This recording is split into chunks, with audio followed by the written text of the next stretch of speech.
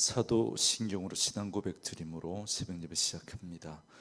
전능하사 천지를 만드신 하나님 아버지를 내가 믿사오며 그 외아들 우리 주 예수 그리스도를 믿사오니 이는 성령으로 잉태하사 동정녀 마리아에게 나시고 본dio 빌라도에게 고난을 받으사 십자가에 못 박혀 죽으시고 장사한 지 사흘 만에 죽은 자 가운데서 다시 살아나시며 하늘에 오르사 전능하신 하나님 우편에 앉아 계시다가 저리로서 산자와 죽은 자를 심판하러 오시리라. 성령을 믿사오며 거룩한 공회와 성도가 서로 교통하는 것과 죄를 사하여 주시는 것과 몸이 다시 사는 것과 영원히 사는 것을 믿사옵나이다. 아멘. 이 아침에 우리에게 주시는 하나님의 말씀은 에스라 9장 1절에서 8절 말씀까지. 에스라서 9장 1절에서 8절 말씀까지. 말씀 찾으셨으면 한 목소리로 같이 읽습니다. 이 일 후에 방백들이 내게 나와 이르되 이스라엘 백성과 제사장들과 레위 사람들이 이 땅 백성들에게서 떠나지 아니하고 가나안 사람들과 헷 사람들과 브리스 사람들과 여부수 사람들과 암몬 사람들과 모압 사람들과 애굽 사람들과 아모리 사람들의 가증한 일을 행하여 그들의 딸을 맞이하여 아내와 며느리로 삼아 거룩한 자손이 그 지방 사람들과 서로 섞이게 하는데 방백들과 고관들이 이 죄에 더욱 으뜸이 되었다 하는지라. 내가 이 일을 듣고 속옷과 겉옷을 찢고 머리털과 수염을 뜯으며 기가 막혀 앉으니 이에 이스라엘의 하나님의 말씀으로 말미암아 떠는 자가 사로잡혔던 이 사람들의 죄 때문에 다 내게로 모여오더라. 내가 저녁 제사 드릴 때까지 기가 막혀 앉았더니 저녁 제사를 드릴 때에 내가 근심 중에 일어나서 속옷과 겉옷을 찢은 채 무릎을 꿇고 나의 하나님 여호와를 향하여 손을 들고 말하기를 나의 하나님이여, 내가 부끄럽고 낯이 뜨거워서 감히 나의 하나님을 향하여 얼굴을 들지 못하오니 이는 우리 죄악이 많아 정수리에 넘치고 우리 허물이 커서 하늘에 미침이니이다. 우리 조상들의 때로부터 오늘까지 우리의 죄가 심하매 우리의 죄악으로 말미암아 우리와 우리 왕들과 우리 제사장들을 여러 나라 왕들의 손에 넘기사 칼에 죽으며 사로잡히며 노략을 당하여 얼굴을 부끄럽게 하심이 오늘과 같으니이다. 이제 우리 하나님 여호와께서 우리에게 잠시 동안 은혜를 베푸사 얼마를 남겨두어 피하게 하신 우리를 그 거룩한 처소에 박힌 목과 같게 하시고 우리 하나님이 우리 눈을 밝히사 우리가 종노릇하는 중에서 조금 소생하게 하셨나이다. 아멘.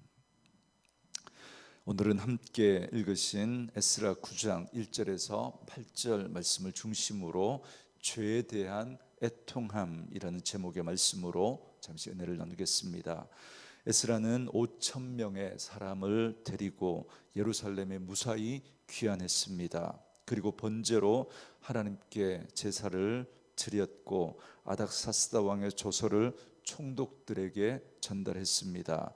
여기까지 하나님의 선한 손에 인도하심을 입었고 에스라는 사명을 잘 감당한 것 같은데 사실 그렇지 않습니다.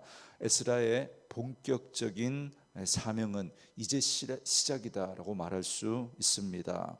먼저 1절과 2절에 보면 에스라는 참으로 기가 막힌 일을 듣고 보게 됩니다. 그게 뭐냐면 지금 이스라엘 사람들이 가나안의 이방 여인들과 결혼을 하고 있다라는 겁니다. 그런데 그 중에는 누구도 있었냐면 제사장과 레위인들도 있었습니다. 그러니 일반 백성들은 말할 것도 없고 신앙으로 백성들을 이끌어야 할 그 제사장과 레위인들마저 이방인들과 결혼하였으니까 여러분 일반 사람들은 훨씬 더 심했겠죠. 뿐만 아니라 2절에 보면 방백들과 고관들, 백성의 지도자들이 이 일을 앞장서서 하고 있다 그럽니다. 그래서 이 죄에 더욱 으뜸이 되었다 이렇게 표현하고 있습니다. 그런데 여러분, 가나안의 결혼이 왜 문제가 됩니까? 사실 성경에 나오는 믿음의 사람들 가운데도 적지 않은 사람들이 이방인 여인들과 결혼했었습니다. 아브라함은 아내 사라가 죽자 후처를 얻는데 그두라라고 하는 이방 여인을 얻지 않았습니까? 요셉은 애굽의 제사장 보디베라의 딸 아스낫을 아내로 맞이했습니다. 애굽 여인, 그것도 애굽 종교의 제사장의 딸을 아내로 맞이했습니다. 그리고 모세도 십보라라고 하는 미디안 족속의 여인을 아내로 맞지 않습니까? 이 여인도 역시나 이방 종교를 믿는 제사장의 딸입니다. 모세 역시도 후처를 얻는데 역시나 이방 여인 구스의 여인을 후처로 얻었습니다. 뿐만 아니라 다윗의 조상 가운데도 여러분 이방 여인이 여러분 둘이나 그 족보 가운데 포함되어 있지 않습니까? 누군지 기억나시죠? 그 여리고의 기생 라합과 그리고 모함 여인 루시, 바로 그 여인들입니다.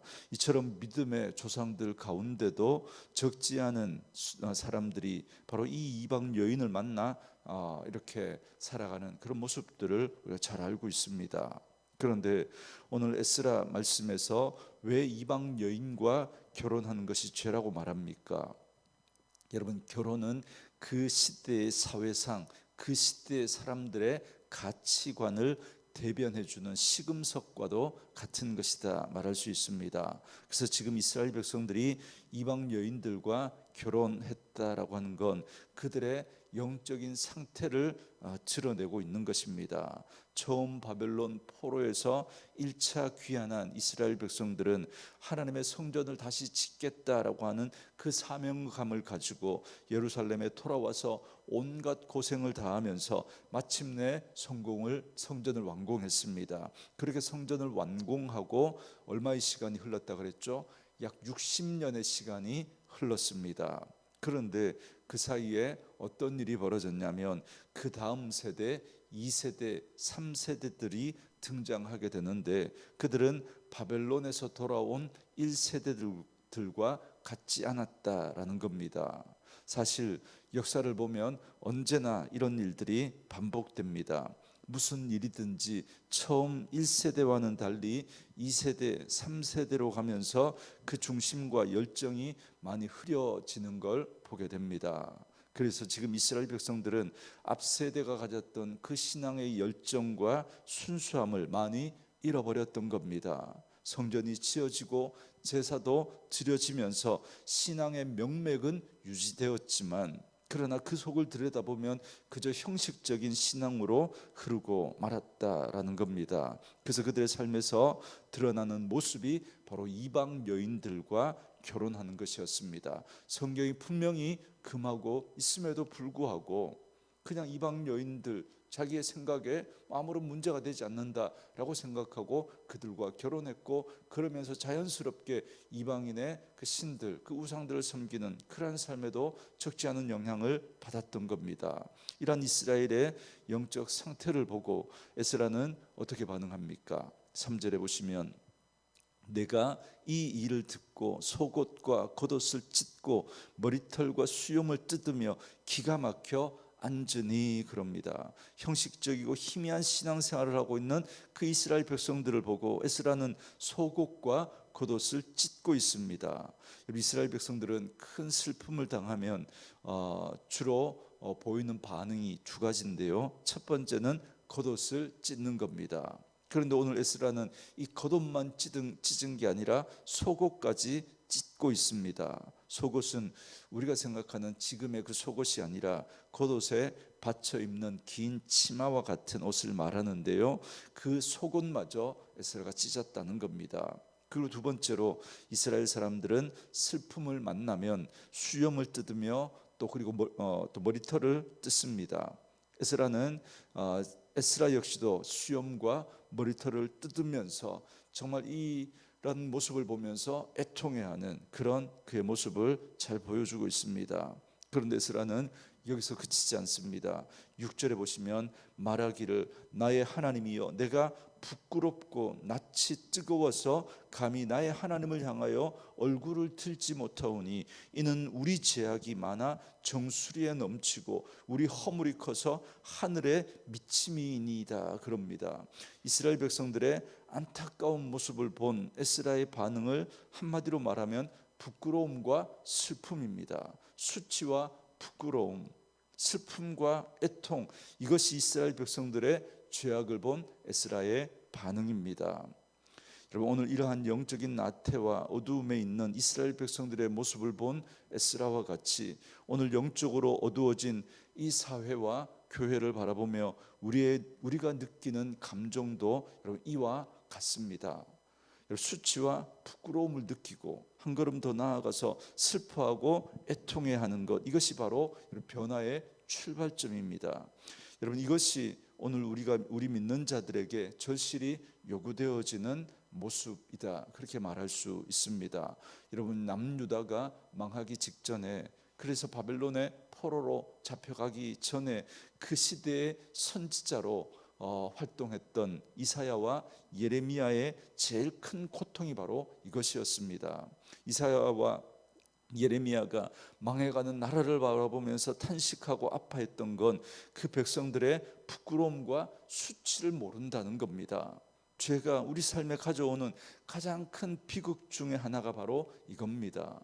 양심이 묻어져서 수치스럽고 부끄럽게 여겨야 하는 그 순간에 양심이 제대로 작동하지 않는 겁니다. 전혀 부끄러움을 모릅니다. 그러므로 오늘 이 시대의 어둠과 교회의 연약함을 보면서 우리가 먼저 해야 할 일은 부끄러움으로 그 얼굴이 붉어지고 가슴 속에서 슬픔과 애통이 나와야 합니다. 그래야 희망이 있고 그래야 변화가 시작될 수 있습니다.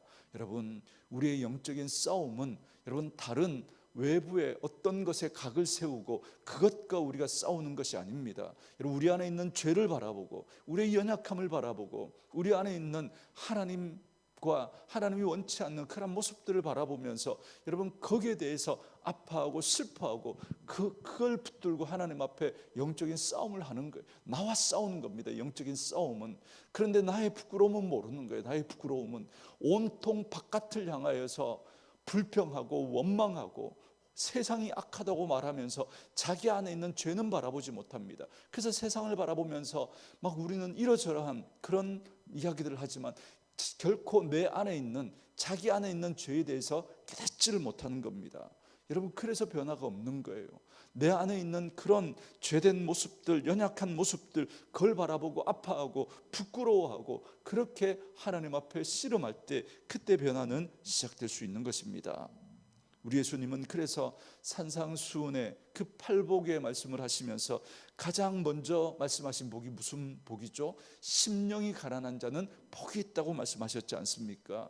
하나님의 그 은혜 앞에서 자기 자신을 정직하게 들여다볼 때 얼마나 자신이 형편없는 인생인지를 깨닫는 사람, 그래서 나는 영적인 파산자다라는 그 사실을 깨닫는 사람이 바로 심령이 가난한 사람인 거예요. 나로서는 안 된다는 겁니다. 하나님의 은혜가 없으면 나로서는 안 된다라고 하는 그 안타까움이 있는 사람, 그 사람이 심령이 가난한 사람입니다. 그런 사람이 바로 복 있는 사람인 거죠. 그래서 하나님이 구하시는 제사는 무슨 제사라 그럽니까?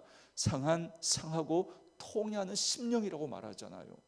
상하고 통회하는 건 바로 자기를 바라보면서 아파하는 마음입니다. 그래서 상하고 통회하는 심령, 이렇게 애통해하는 그 마음을 하나님께서 우리에게 구하고 계시는 겁니다. 오늘 우리는 우리 자신의 연약함과 죄악으로 인해서 부끄러움을 느끼고 상한 심령이 되어야 하지만, 나아가 오늘 이 시대와 이 사회, 이 나라, 그리고 무엇보다 이 땅의 교회를 바라보면서 부끄러움과 상한 마음, 통회하는 마음을 가져야 합니다. 에스라와 같은 그 심령을 우리가 가져야 합니다. 그럴 때 우리는 이 시대를 새롭게 하는 소망 있는 사람, 하나님의 선한 손길을 경험하는 사람이 될 수 있습니다. 그럴 때 하나님은 저와 여러분을 통해, 그리고 우리 교회를 통해서 새 역사를 행하시고 이 땅의 어두움과 부패와 죄악 죄악 새로운 변화를 우리를 통해서 하나님이 허락해 가실 것입니다. 그러므로 오늘 에스라와 같이 우리들도 이런 이 땅의 어두움과 죄악들을 바라보면서 특히 우리 자신 그리고 오늘 우리 한국 교회 안에 우리 교회들의 그 모습 가운데서 하나님이 원치 않는 그런 모습들, 정말 그러한 안타까운 모습들을 바라보면서 그런 안타까움으로 하나님 앞에 회개할 수 있는 그런 저와 여러분들이 되어야 할 것입니다.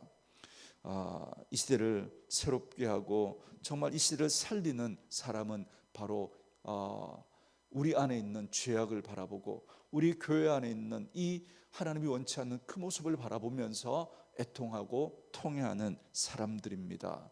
여러분, 세상은 늘 그래 왔습니다. 그리고 세상은 또 늘 그렇게 악한 모습으로 그렇게 살아갈 것입니다. 그러나 문제는 바로 하나님의 백성들이고 교회인 거죠.